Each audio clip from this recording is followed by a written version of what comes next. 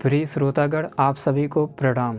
आज की इस वीडियो में हम महाभारत के कुछ ऐसे मिलावट के बारे में जानेंगे जिनके बारे में आपको जानना चाहिए। इनमें से भी कुछ ऐसी भी मिलावट हो सकती है जिसके बारे में हो सकता है कि आपको ना पता हो।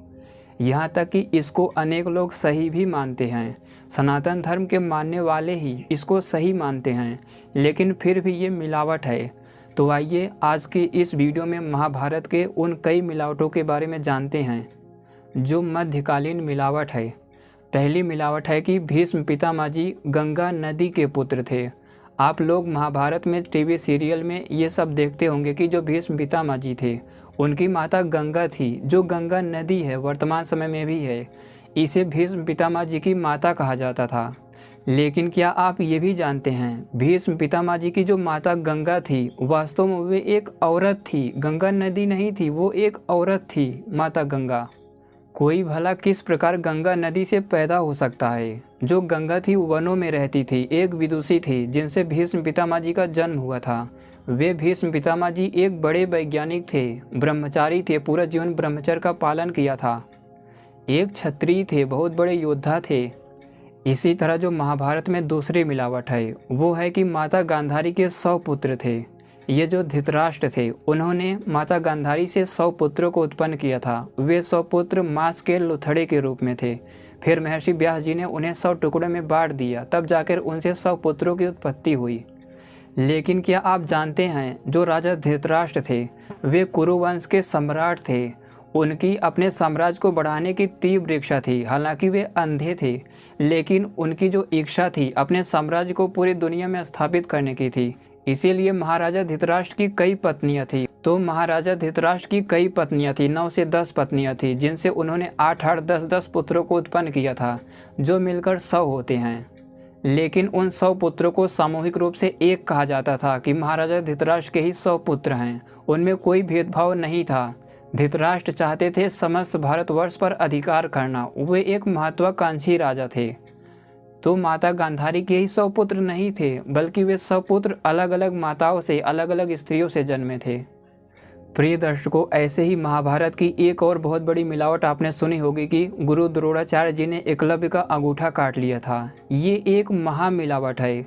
गुरु द्रोणाचार्य जी ने एकलव्य को शिक्षा दी थी। यहाँ तक कि उनके बारे में ऐतिहासिक ग्रंथों में इतना मिलता है कि एकलव्य ने उनके ही निर्देशन में एक विमान को बनाया था जो कि चंद्रमा तक की यात्रा करता था। इसी तरह आपको एक मिलावट और मिल जाएगी कि जो कर्ण था वो भी गुरु द्रोणाचार्य जी के पास गया था शिक्षा लेने। गुरु द्रोणाचार्य जी वहाँ से उसे भगा दिए थे। ये भी एक मिलावट है, मूर्खता भरी घटना है। वास्तव में वहाँ पर स्थितियाँ ही क्या थी, इसके लिए आपको कहीं दूसरे ग्रंथ पढ़ने की जरूरत नहीं पड़ेगी, बल्कि महाभारत का अनुशासन शांति पर्व के बाद का जो 6ठा खंड है उसे जब आप पढ़ेंगे उसके शुरुआत में ही पहले ही अध्याय में यहाँ पर जिक्र किया गया है। महाभारत में ही महर्षि व्यास जी ने यहाँ तक जिक्र किया है कि जो गुरु द्रोणाचार्य जी का आश्रम था, अनुसंधान केंद्र था, वहाँ पर अनेक अस्त्र शस्त्र रखे गए थे। ब्रह्मशिर हो गया, ब्रह्मास्त्र हो गया, पाशुपतास्त्र हो गया। तो जो ब्रह्मचारी, जो क्षत्रिय उस स्तर का हो जाता था, रथी, महारथी, अतिरथी, तो जो सबसे बड़ा योद्धा हो जाता था उसे दे दिया जाता था। तो कर्ण भी अर्जुन से स्पर्धा करता था। गुरु द्रोणाचार्य जी के ही आश्रम में पढ़ता था। कुछ ही दिनों वो पढ़ा था, लेकिन वो अर्जुन से बड़ा होने का दावा करने लगा और द्रोणाचार्य जी से उस पर भिड़ गया कि मुझे ये शस्त्र चाहिए, मैं अर्जुन से बड़ा हूँ। इसी पर द्रोणाचार्य जी वहाँ से उसे निकाल देते हैं। यही घटना आज इतना प्रचलित हो गई कि गुरु द्रोणाचार्य जी ने उसे भगा दिया था, शिक्षा नहीं दी थी। तो यही है गुरु द्रोणाचार्य जी की वास्तविकता। वे भी एक बहुत बड़े वैज्ञानिक थे। अनेक छात्रों को उन्होंने तैयार किया था। महाभारत में जो भी कौरव पांडव थे, अश्वत्थामा था, उन सबको गुरु द्रोणाचार्य जी ने ही शिक्षा दी थी। प्रिय दर्शकों, इसी तरह महाभारत में एक घटना और आती है जो कि महाभारत की सबसे मुख्य घटना है। उसी वजह से पूरा महाभारत युद्ध हुआ था। जो हस्तिनापुर की धृतराष्ट्र की सभा थी, वहाँ पर द्योत खेला जा रहा था। जब महाराज युधिष्ठिर, धर्मात्मा युधिष्ठिर माता द्रौपदी को भी हार गए उस द्योत में, तो माता द्रौपदी को दुर्योधन ने आदेश दिया था कि उन्हें निर्वस्त्र यहाँ पर लाया जाए। तो आज एक बहुत बड़ी संख्या में लोग कहते हैं कि भगवान श्री कृष्ण ने वहाँ पर उनकी रक्षा की थी। निश्चित रूप से भगवान श्री कृष्ण एक योगेश्वर थे, बहुत बड़े वैज्ञानिक थे। महाभारत के सबसे बड़े वैज्ञानिक, सबसे बड़े योद्धा भगवान कृष्ण ही थे। लेकिन क्या आपने कभी ये जानने का प्रयास किया, जब वो द्यूत खेला जा रहा था तो भगवान श्री कृष्ण कहाँ थे? वे द्यूत सभा में नहीं थे, हस्तिनापुर नहीं आए थे। वास्तव में उस समय जो राजा शाल्व थे उन्होंने द्वारका पर आक्रमण कर दिया था। जो भगवान श्री कृष्ण के पुत्र प्रद्युम्न थे उन्हें भी घायल कर दिया था। जब भगवान श्री कृष्ण को इसकी सूचना मिली तो एक तरफ द्यूत खेला जा रहा था, माता द्रौपदी का अपमान हो रहा था, और दूसरी तरफ राजा शाल्व से भगवान श्री कृष्ण का एक भयानक युद्ध हो रहा था। उस युद्ध की चर्चा मैं किसी और वीडियो में करूंगा, लेकिन आपको इतना भी मालूम होना चाहिए कि जो राजा शाल्व था उसका जो विमान था, उसका विमान नगर रूपी विमान था। पूरा का पूरा नगर एक विमान में उसने बसाया था, जिस विमान का नाम था सौभ। सौभ नामक विमान था। जब भगवान श्री कृष्ण ने सुदर्शन चलाया उसे मारने के लिए, सुदर्शन के चलते ही वो पूरा का पूरा नगर ही अंतरिक्ष में चला गया। भगवान कृष्ण भी देखते रह गए थे उस समय, लेकिन फिर वे भी अंतरिक्ष में जाकर उससे घनघोर युद्ध किए थे और उसे समाप्त कर दिया था। तो भगवान श्री कृष्ण भी एक वैज्ञानिक थे, योद्धा थे, योगेश्वर थे, लेकिन वे हस्तिनापुर की सभा में नहीं थे उस समय। माता द्रौपदी का जो अपमान हो रहा था उस समय वे राजा शाल्व से युद्ध कर रहे थे।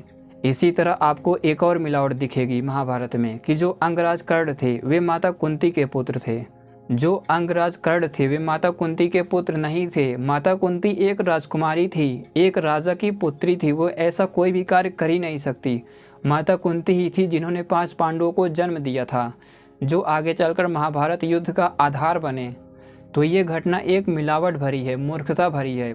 माता कुंती के केवल 3 ही पुत्र थे और 2 पुत्र माता माद्री के थे। अंगराज कर्ण वास्तव में माता राधा और पिता सुषेण के पुत्र थे। तो ये वास्तविकता है। और जो बताया जाता है कि उन्होंने गंगा नदी में अंगराज कर्ण को माता कुंती ने प्रभावित कर दिया, ये एक महामिलावट है। इसी तरह आपने ये भी सुना होगा कि जो बर्बरीक था, बर्बरीक घटोत्कच का पुत्र था, और घटोत्कच थे भीम के पुत्र। जो पांडव थे भीम उनका पुत्र था। आपने सुना होगा कि भगवान श्री कृष्ण ने महाभारत के युद्ध से पहले ही जब जान लिए कि बर्बरीक एक वैज्ञानिक योद्धा है, बहुत बड़ा वैज्ञानिक है, अगर ये युद्ध लड़ा तो महाभारत युद्ध कुछ ही देर में समाप्त हो जाएगा, तो भगवान श्री कृष्ण ने उसका गला काट दिया। लेकिन क्या आप जानते हैं ये घटना एक मूर्खता भरी है, महामिलावट है ये। जो बर्बरीक था वो एक बहुत बड़ा वैज्ञानिक था, जो घटोत्कच था वो भी एक वैज्ञानिक था, और जो भीम थे वे स्वयं एक वैज्ञानिक थे, योगी थे।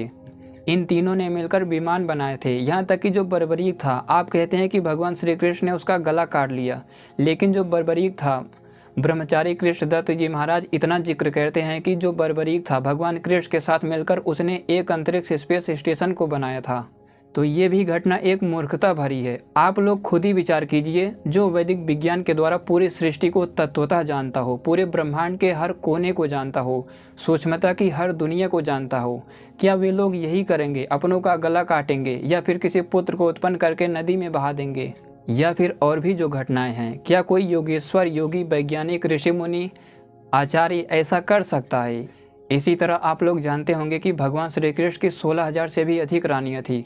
लेकिन क्या आप जानते हैं अगर आप चारों वेदों के मंत्रों को जोड़ेंगे तो लगभग 20,000 से भी अधिक वैदिक मंत्र होते हैं, जिनमें से 16,000 वैदिक मंत्रों को 16,000 या 17,000 वैदिक मंत्रों को भगवान कृष्ण ने मनन चिंतन करते हुए याद कर लिया था। जब उन मंत्रों के वैज्ञानिक अर्थ पर मनन चिंतन करते तो उन्हें वो मंत्र याद हो जाते थे। ऐसा आप भी कर सकते हो।